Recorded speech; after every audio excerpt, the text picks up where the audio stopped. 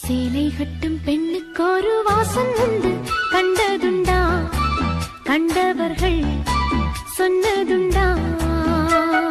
சேலை கட்டும் பெண்ணுக்கு ஒரு வாசம் உண்டு, கண்டு கொண்டே கண்களுக்குள் பள்ளி கொண்டே.